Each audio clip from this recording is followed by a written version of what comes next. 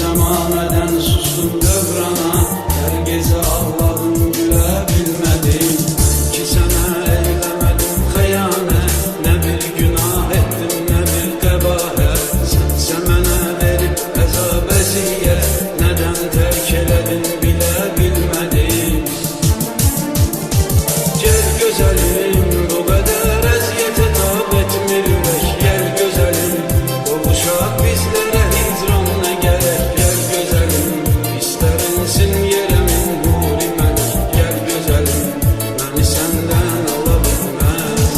Gel güzelim, bu kadar əziyyətə tab etmir ürək. Gel güzelim, qovuşaq bizlərə hicran nə gerek. Gel güzelim, isterinsin yeremin nuri melek. Gel güzelim, beni senden ala bilmez.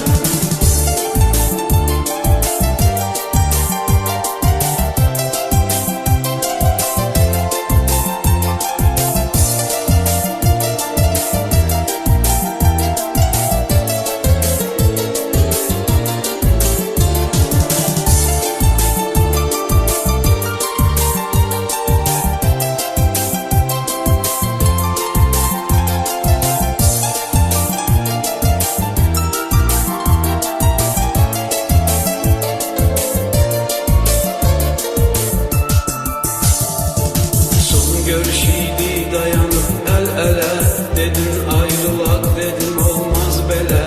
Giderken ele söz getirdin dile, dur deyip arxanca gələ bilmədin. Benim qədər çəkən qəm kədər yox, qəmim qəm üstündən gəlir qədər yox. Qəlbimə həmdən mənə bir nəfər yox, dərdimi kimsəyə bölə bilmədim. Gel güzelim, bu kadar əziyyətə tab etmir ürək. Gel güzelim, qovuşaq bizlərə hicran nə gerek. Gel güzelim, isterinsin yeremin nuri melek. Gel güzelim, beni senden ala bilmez.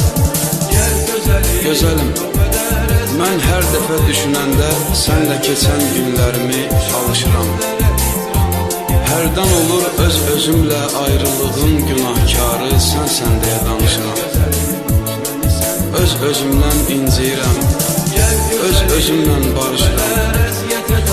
Qəlbimdəki hicran odu gözlərimdən aşıb daşır. Hiss edirəm, əcəl mənə yaxınlaşır. Hiss edirəm, əcəl mənə yaxınlaşır. gel güzelim, bu kadar əziyyətə tab etmir